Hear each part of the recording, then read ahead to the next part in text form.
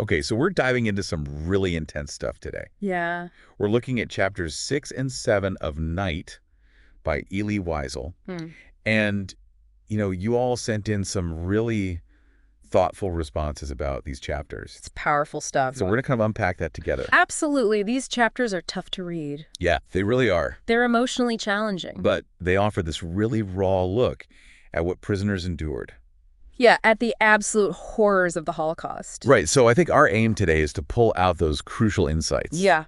Like what can we learn about what these people went through during this awful period? It's about trying to understand as best we can. Yeah, and I think it's important to remember that, Yeah. this is more than just a story. Right, it's a testament. It's a testament to human suffering and resilience. And the importance of remembering. Yes, absolutely. So where do we even begin with these chapters? Well, I think one of the biggest things that jumps out at me, and I know a lot of you mentioned this too, is that sense of dehumanization. Yeah, it's pervasive. It's everywhere in these chapters. It's like the defining characteristic of their experience. So how do you see that dehumanization playing out specifically? Well, take the forced march in chapter 6. Okay. Is brutal. It is. They're just being driven. The prisoners are reduced to, Wiesel uses the word automatons. It's a powerful word. It is. It's like they're not even human anymore. Are just cogs in a machine. Yeah, just bodies forced to move. And the SS, they're the ones driving them. Right, with no regard for their humanity. And if you falter, if you can't keep up, You're dead. you're done.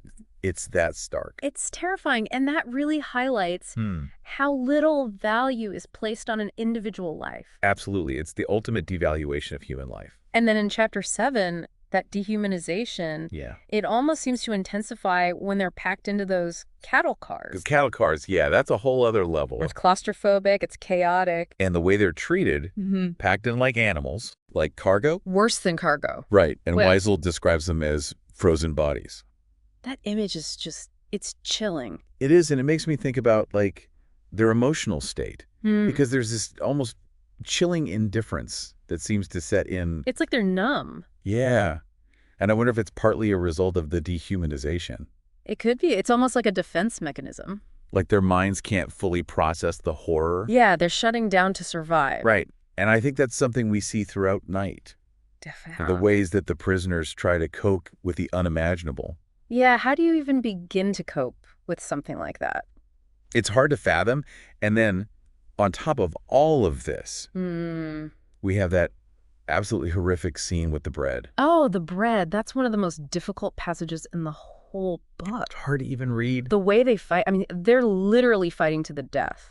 Over Over scraps of bread. thrown by onlookers. Who are just watching the spectacle. Yeah, it's like, to me, that's the ultimate symbol of their eroded humanity. It's like everything that makes us human has been stripped away. It's just heartbreaking. And I think it really forces us to confront these really uncomfortable questions about what it means to be human. What happens when we're pushed to our absolute limits? Right, when the basic instinct for survival Takes over everything else. It's like all social contracts are broken. And you see the darkness that can emerge. Yeah, the darkness that's within us all. And I think that's a really, really disturbing thought. It is. It's unsettling. But I think it's important to grapple with. Yeah, we can't shy away from these difficult truths. Now, shifting gears a bit, Okay. I want to talk about Eliezer himself and how his character develops in these chapters. It's fascinating to see how he changes. And how his relationship with his father really comes to the forefront. Right, his father becomes this central figure. Yeah, early on in that march, Eliezer says that his father is the only thing that stopped me.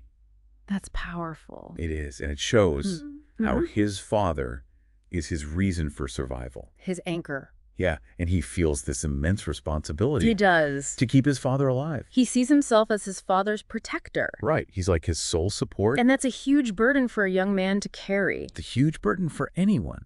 Especially in those circumstances. Exactly, and as his father weakens, Yeah. that burden, Gets heavier. it gets heavier, and the internal conflict Intensifies. intensifies. He's torn between his own survival and Right. his duty to his father. And I think the temptation Yeah. to just give in To succumb to death. must have been overwhelming. It must have been. He's exhausted, he's starving, He's surrounded by death. and there's that moment where he prays. A powerful prayer.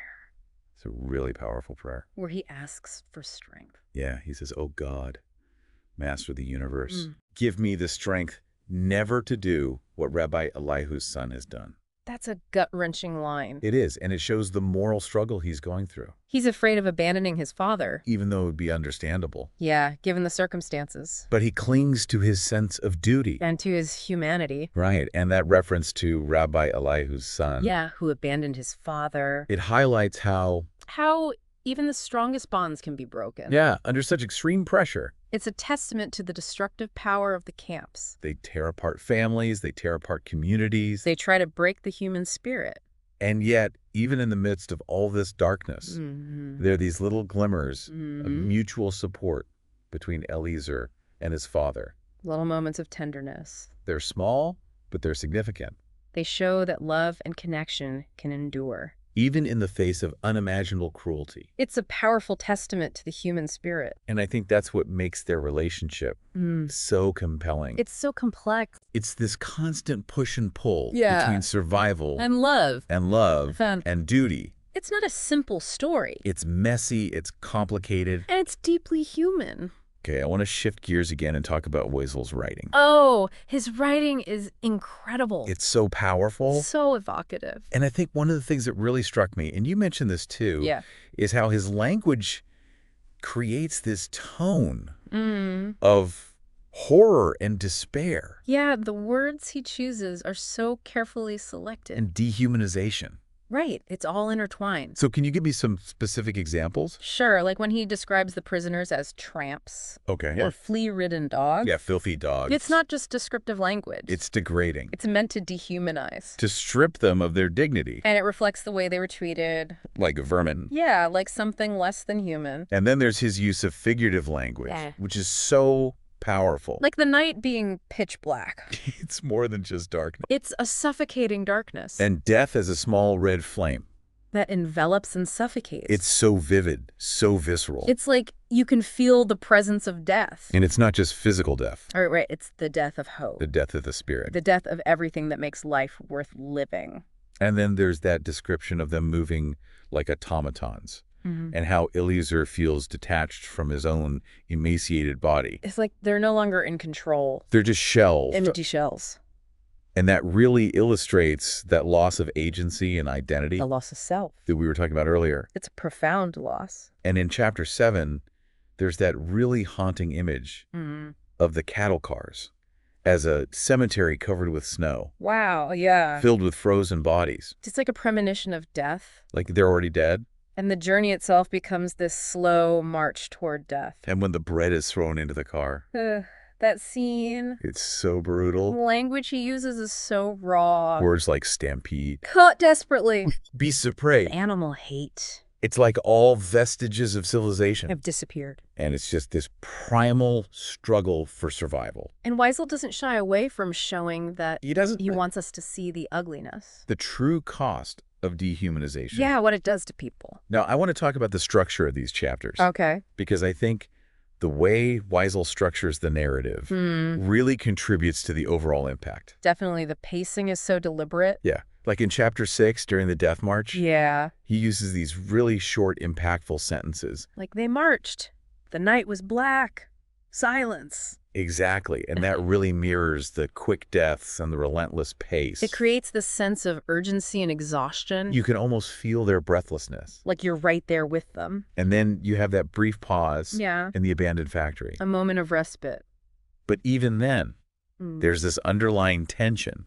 The threat is still there. You know they're not safe. It's a false sense of security. And then in chapter 7, the pace slows down. Yeah, inside the cattle car. It's like time is stretching out. And their suffering is prolonged. And that really reflects the agonizingly slow journey. And the increasing apathy among the prisoners. It's like they're losing hope. They're becoming resigned to their fate. And then Weisel disrupts that chronological flow with that anecdote about the bread. It's a powerful interruption. It is, and I think it's intentional. It's meant to shock us. To make us see The depths of their degradation. the utter loss of dignity. And it's effective. It's very effective. It's hard to forget that scene. And even when they arrive at Buchenwald, Which should be a moment of relief. you would think But it's not. there's this somber tone. Yeah. Especially with Meerkatz's death. It's like there's no escaping death. It's a constant presence. And it underscores the relentless nature of their ordeal.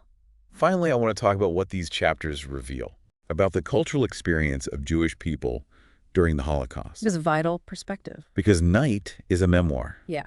We get this incredibly powerful first-person account. We experience it through Elizur's eyes. And his narration reflects so much about the loss of faith. The erosion of identity. The fight for survival. That's all. And that encounter with Rabbi Elihu and his son. That's a heartbreaking story. It is, and it shows how the camps could break down even the strongest familial bonds. It's a testament to the immense pressure they were under. And the impossible choices they faced. It's a difficult truth to confront. And then the indifference of those German laborers watching the prisoners fight over bread. That's chilling. It is. It shows how deeply ingrained that anti-Semitism and dehumanization were. It's a societal problem. It goes beyond just the SS. It's a culture of hatred. That made the Holocaust possible. Yeah, and that's a sobering thought. It is. And ultimately, I think Night, and these chapters in particular, they serve as a powerful testament to the horrors of the Holocaust. And the importance of remembering.